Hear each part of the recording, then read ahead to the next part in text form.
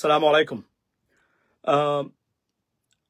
আমন্ত্রণ জানাচ্ছি আপনাদের সবাইকে, দেশে বিদেশে পার্টিকুলারলি প্রবাসী এবং ট্রাভেলার্স যারা আছেন, যারা পৃথিবীর অন্যতম দুর্নীতিগ্রস্ত সংস্থা বিমান বাংলাদেশ এয়ারলাইন্স বিগত 20 বছরে লুটপাট করে, এমন লুটপাট, নজিরবিহীন লুটপাট যে প্রতিষ্ঠানে হয় নাই, পৃথিবীর অন্যতম দুর্নীতিগ্রস্ত প্রতিষ্ঠান বিমান বাংলাদেশ এয়ারলাইন্স নিয়ে আজকে আমার বক্তব্য।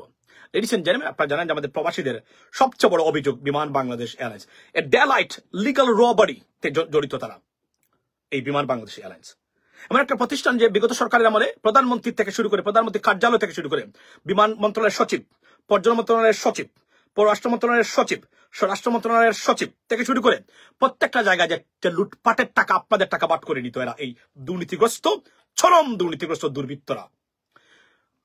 আমরা প্রতিবাদ করেছি এবং আমি বলেছি, আমি ঘোষণা দিয়েছি, বিমানকে আমি বাপ ডাকিয়ে ছাড়বো।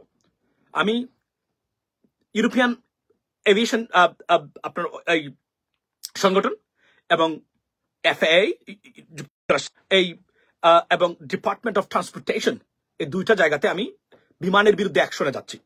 আমি it's paying hold of why, because তারা কিছু পদক্ষেপ নিচ্ছেন, আমরা দেখতে চাই কি কি পদক্ষেপ নেন বিমানের এরা আছেন। তবে বলে রাখছি, বিমানকে এখন বলছেন যে কিছু পদক্ষেপ নিয়েছেন, দেখি এগুলা কাজ হয় কিনা। না যদি হয়, বিমানকে অন্ততপক্ষে যুক্তরাষ্ট্রের মাটিতে বিমানকে বাপ ডাকিয়ে ছাড়া হবে, এটার থেকে কোনো ধরনের রক্ষা পাবেন না। এবং আমি চ্যালেঞ্জ দিয়ে বলছি, বিমান বাংলাদেশ এয়ারলাইন্স যদি ফিক্স না করেন আপনারা আপনাদের চরিত্র, যুক্তরাষ্ট্রে আসতে পারবেন না। এটা আমি দেখবো, এটা আমার। আর সেকেন্ড থিং হলো, যদি আসেন, যখন আসবেন, যদি ফিক্স করেন, বিমানের স্টেশন ম্যানেজার যদি যুক্তরাষ্ট্রে আসবেন, বি কেয়ারফুল, ঘুষ দিয়ে এখানে আসবেন না চাকরি নিতে। কেন আসবেন না? এখান থেকে টাকা বানাতে পারবেন না।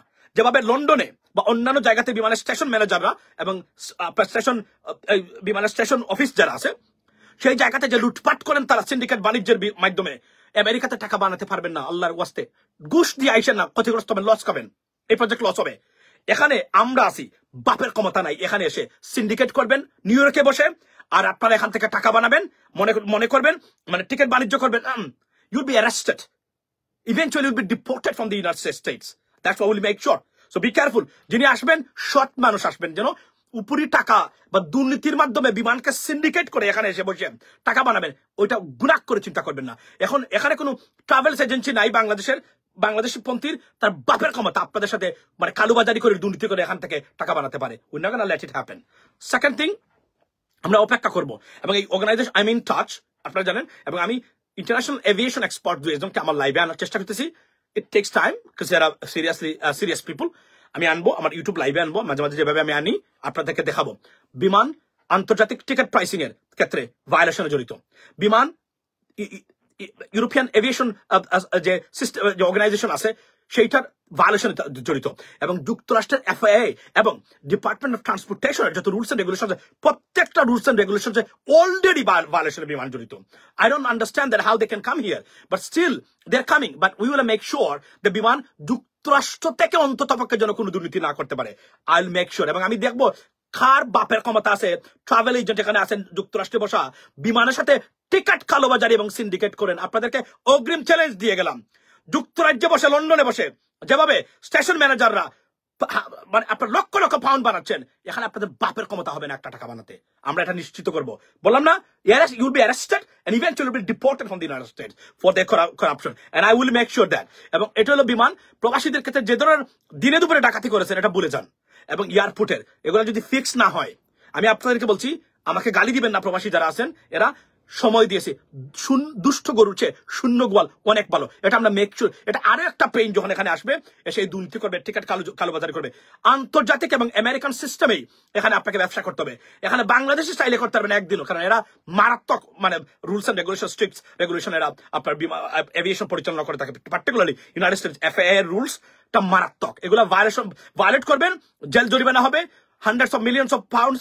2 দিন আগে, আপনি কয়েক মাস আগে দেখছেন তো, TD ব্যাংক, বিখ্যাত ব্যাংক, এখানের $3.5 বিলিয়ন ফাইন দিয়েছে একটু 2 নম্বরের জন্য। এখন কথা বলার সময় নাই।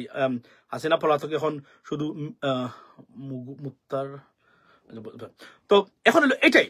So be careful. এবং আবারও বলছি, বিমান fix or ass, if you can not do that, that is a consequence and will bring it to you for sure. এটা আমি একটু আগে ইউটিউবে লাইভ ছিলাম অল্প সময়, এটা এখানে আসলাম, এখানে আমি আপনাদেরকে কনফার্ম করলাম। প্রতিবাদ করবেন, তবে কান টানলে কোন জায়গাতে মাথা আসতে হয় এটা আমি ধরেছি এবার, এবং I am in a close touch with them any time.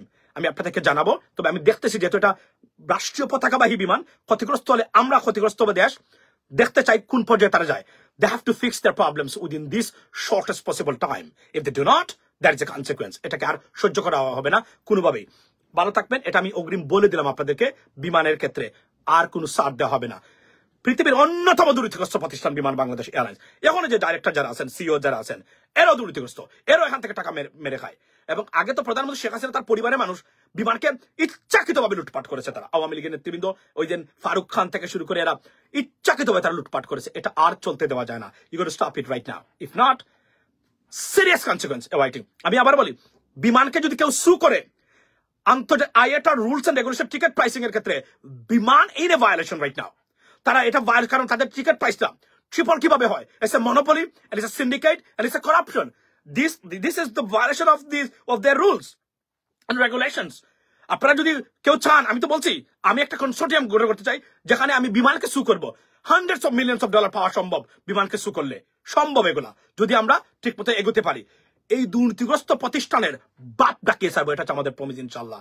ভালো থাকবেন, সে পর্যন্ত কথা হবে। এবং শেখ হাসিনা গেছে, তার দুর্বৃত্তদেরকে রেখে গেছে এখন পর্যন্ত। এটার মুক্তি চাই, না হলে বিমানের বিরুদ্ধে কঠোর থেকে কঠোর ব্যবস্থা নেওয়া হবে। ভালো থাকবেন, সে পর্যন্ত দেখা হবে অন্য সময় ইনশাল্লাহ। বিমানকে সময় দিচ্ছি, বিমান যদি ফিক্স না করে কিছু রেগুলেশন আনছেন, উনি ধর্ম মন্ত্রণালয়ের যিনি উপদেষ্টা, উনি বলছেন যে উনি এই করবেন সেই করবেন।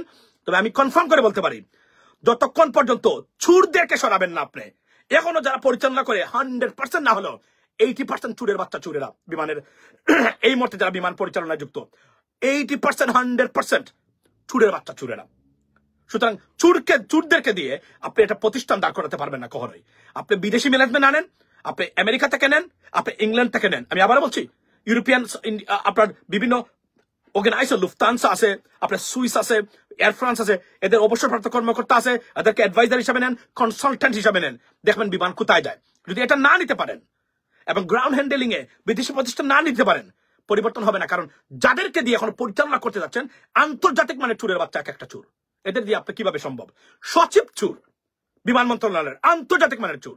আমি বলছি আসিফ নজরুল ভাই, he is in charge of বিমান মানে দিস মিনিস্ট্রি রাইট নাও। আমরা তো উনাকে আমরা যতটুকু জানি ভালো মানুষ, রাইট? উনি তো চুর না, কিন্তু বাকি যারা আছে সব চুরের বাচ্চা চুর। এদেরকে না সরালে বিমানকে আপনি মুক্ত করতে পারবেন না, যত রুলস এন্ড রেগুলেশন করেন না কেন।